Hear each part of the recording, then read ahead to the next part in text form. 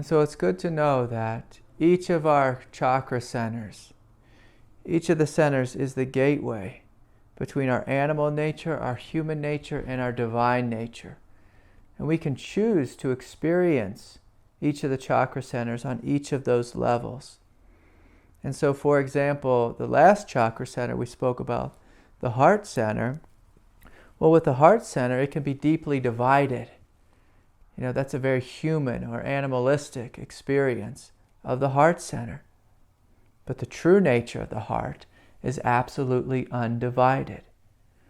And so as we step down deeper into the third chakra center, the center of the solar plexus, this is the center of truth, of strength, of integrity, of honesty, of honor, of self-respect, of knowing who you are and what your life is about. And as you deeply step into it, what you'll find here is there's a power, there's a deep strength, a profound sense of will that's in alignment with the true heart, with our true goodness. Now, when most people feel this center light up, the solar plexus, of course, is that space where the rib cage comes together, right below the heart, right in this area here. Now, it's kind of like the upper belly and the lower heart area. When you feel into it, in a very human way or in an animal way, people often feel nausea, they feel anger, resentment, jealousy. You know, if someone has ever manipulated you, or if you yourself have been manipulative, this center tends to be burning here. Tend to have a lot of digestive disorders, a lot of feelings of, almost like you want to puke on your shoes. And this is good. This is good news, because the opposite is true too. When we live in truth, when we speak the truth, this center feels strong, it feels powerful. And many people get confused about speaking the truth. They think speaking the truth simply means saying whatever it is you're feeling egoically. And that's not speaking the truth. That's vomiting your ego on the world. That's being a slave to your ego. That's being a victim. Speaking your truth means listening to that which you hold the most high. Like when I was a child, I knew I wanted to live a divine life. I knew the way that I was seeing reality was not the truth. And so I had this burning pain here in the center, because I knew something was fundamentally wrong with the way I viewed the world, with the way the rest of humanity viewed the world. But as I stepped onto the path, this center began to light up with a fire, with a power. This center drove me forward. It gave me the endurance, the strength to meditate every day. Every day I would sit for hours and hours in meditation, because there was this sense of power here, this sense of nobility, this sense of I know what my life is about. And so if you're connected with the truth of this center, you feel empowered. You feel good about yourself. You believe in yourself. You know that who and what you are is good, is true, is powerful. But if you grew up in a house where you were told to be quiet all the time or shut the hell up, or if there was this favoritism where mommy and daddy favored the boys in the family and not the girls, if you were a little girl and you were told you can't do that, girls don't do that, girls don't become doctors, and you really wanted to become a doctor, if you had a mother who was crazy or neurotic or manipulative. If you had a father who was violent and abusive, then this center, it tends to burn with anger. And so then the question becomes, well, how do I work with anger? How do I work with this feeling of being a victim? How do I work with being manipulated? How do I work with this lack of trust that I have in myself? It's the same way we work with anything on the path. We meet it with clarity and love. And in this situation, we want to believe in ourselves, love ourselves, and have this faith and trust that who and what we are is a child of God, that who and what we are is absolutely good, that who and what we are is pure. Now, our father may have told us we were no good. Our mother may have ignored us and denied us our whole lives. If we listen to our parents and their definition, especially if it's an unhealthy definition of us, you should expect to feel pain or rage here. Rage because we're believing something that's not true. Rage is actually an energy. Once it really untwists, this rage, what we find is it's a sense of power. It's a sense of knowing, I know who I am. When you really work with rage, when you're really open to it, when you meet it with love and fully allow it to be here, let it scream and shout internally, of course, not at our parents or whoever it is in the world, but let ourselves scream and shout.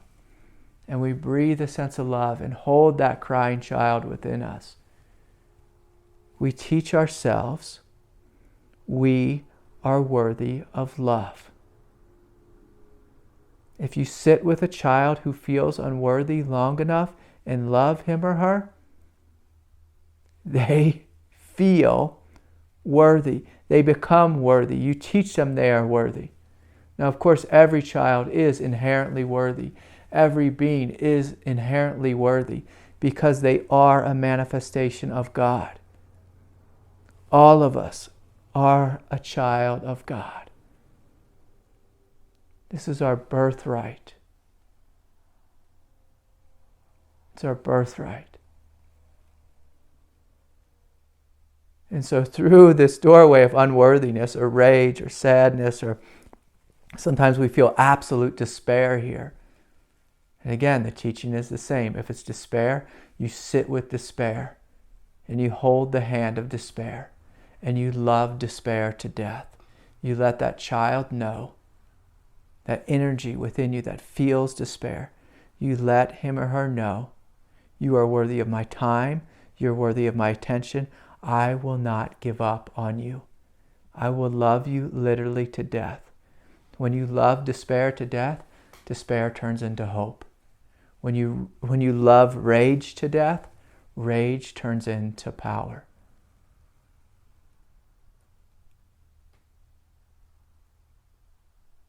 And so this is the work. So on the surface, you may feel nausea, you may feel heat, you may feel burning, you may feel this sense of being a victim in the world. But as you breathe into this center, as you meet it with this absolute love, and allow the emotions to burn off and come into your true nature. What is the true nature of the third chakra center if we feel it right now? Yes. Yes, we feel a sense of power. We feel a sense of strength. And not egoic power like I'm trying real hard to make my life happen. It feels like a power like this. Like boom. It comes with a sense of depth. A sense of authority. A sense of autonomy. It feels strong, yet vibrant and loving. Loving in the sense that I love who I am. I know who I am. I don't crumble when someone tries to manipulate me. I don't fall into despair if life gives me, some things which are unfortunate. When someone tries to bullshit us, this center, you'll feel it. You'll feel the sense like, no, that's not the truth. And so can we speak the truth? Can we live the truth? Can we bring our lives, our inner life and our outer life into integrity? So if you have a deep spiritual life, but you're lying on the outside and manipulating or running around, afraid of fear, expect to feel division here. But if you step into this truth, and this truth says go in this direction, and you walk in that direction, you feel power. I'm not saying it will be easy. I'm not saying it will feel good all the time. But what will happen is this center will feel true. It doesn't feel good to argue with anyone. But when you need to stand your ground, you will feel truth here. This is the truth. This is the way forward. And so as we go into this center and dive deeply into it, and we breathe into this center, you notice a quality of power, a quality of depth, a quality of presence. There's just this sense of, I am good. I am innately good. I am innately divine. I am innately worthy of respect. There's this sense of having healthy individual boundaries. It's different like when you're in the heart. In the heart you can just merge into anything and everything. When the third chakra is open and the heart is open, you merge into anything and everything, but there's also this sense of individuality. Not separation, but individuality. And that's a paradox.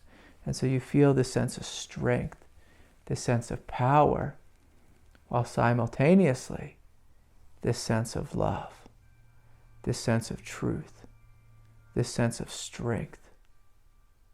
I know who I am and what my life is about. And so I encourage us just to sit with this, to feel this, to experience this truth, to let go into the depth of this truth, to notice, I am good. I am wholesome. I am okay as a unique and powerful manifestation of God here on earth.